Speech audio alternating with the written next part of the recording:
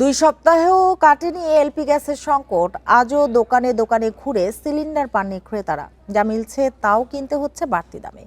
Gas সংকটে রান্নায় ভোগান্তি হচ্ছে বাসাবাড়ি আর খাবার হোটেলে। রাজধানীর বিভিন্ন এলাকায় রয়েছে গ্যাসের তীব্র সংকট, সেই সাথে দোকানে মিলছে না এলপি গ্যাস সিলিন্ডার। এ নিয়ে আরো জানাতে রাজধানীর মিরপুর থেকে আমাদের সাথে যোগ দিয়েছেন সহকর্মী শাহাদাত স্বপন। স্বপন, এই যে সংকট, সিলিন্ডার পাওয়া যাচ্ছে না, পেলেও বাড়তি দামে কিনতে হচ্ছে, সমস্যা কোথায় বলে আপনি সরেজমিনে দেখতে পেয়েছেন? আর মিরপুরের চিত্রটি যদি আমাদের বলতেন।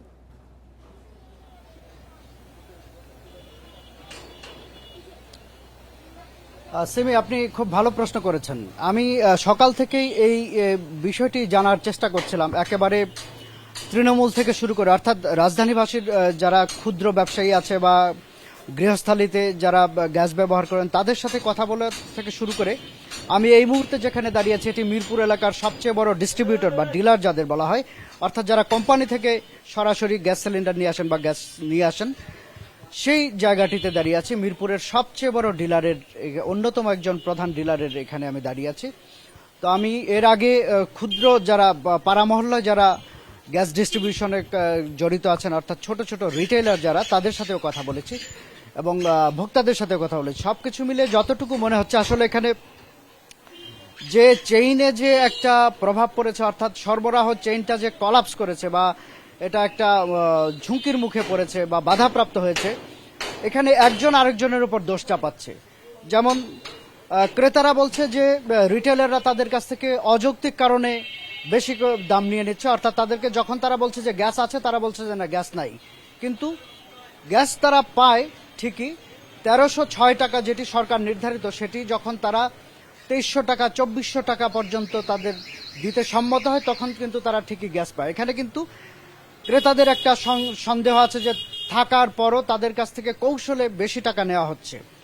গেল এটা রিটেলাররা যাদের কাছ থেকে সংগ্রহ করে, অর্থাৎ আমি এখন যেখানে আছি একটা ব্যবসা প্রতিষ্ঠান, মিরপুর এলাকা অন্যতম প্রধান একটা ব্যবসা প্রতিষ্ঠান, যারা কোম্পানির কাছ থেকে সংগ্রহ করেন, তারা বলছেন যে কোম্পানি তাদেরকে ঠিক মতো দিতে পারছে না। যেমন এই যে প্রতিষ্ঠানে আমি দাঁড়িয়েছি, তিনি আমাকে বলেছেন তার প্রতিদিনের চাহিদা আছে 300 থেকে 400 সিলিন্ডার, সেখানে তিনি এই মুহূর্তে ততটুকু পাচ্ছেন না। কাজে তার শাটার বন্ধ রাখতে হচ্ছে, কারণ ক্রেতাদের প্রেশার আছে। প্রেশার সবাইকে আসলে তারা একভাবে ডিল করতে পারছেন না, অনেকে উত্তেজিত হয়ে যাচ্ছেন। আর তারা আসলে যেহেতু কোম্পানি থেকে পাচ্ছেন না, সরবরাহ চেনটা যেহেতু ইন্টারাপ্টেড, কাজে তারা ঠিকভাবে সবাইকে দিতেও পারছেন না এবং দামটা কিন্তু আগের মতো তারা সরকারের যে নির্ধারিত দাম সেই দামে তারা দিতে পারছেন না, কারণ তাদের অতিরিক্ত দামে যেহেতু আনতে হচ্ছে, অতিরিক্ত দামে তারা এটা রিটেলারদের কাছে বিক্রি করছেন। রিটেলাররা সেখান থেকে আরো বেশি দামে বিক্রি করছে। যাই হোক, এখন কোম্পানির কাছে, কোম্পানির বিষয়টা আমি যেতে পারিনি ব্যক্তিগতভাবে, কিন্তু এই যে রিটেলার, এখানে যে ডিলার আছেন বা ডিস্ট্রিবিউটর, উনি আমাকে বলেছেন তাকে কোম্পানির পক্ষ থেকে, অর্থাৎ তিনি মেঘনা বা আরো যেসব কোম্পানির কথা বলেছেন, তারা বলেছে যে জাহাজ ঠিকভাবে আসছে না এবং তারা ঠিকভাবে গ্যাস সরবরাহ পাচ্ছেন না, কাজে তারা ঠিকভাবে এই ডিস্ট্রিবিউটরদের দিতে পারছেন না। অর্থাৎ সবকিছু মিলে একজন আরেকজনের উপর দোষ চাপিয়ে দিচ্ছে। মোট কথা এখানে যে সিস্টেমটায় বড় কোনো ত্রুটি আছে, সেই ত্রুটির কারণে। ধন্যবাদ আমাদের সাথে যোগ দেবার জন্য।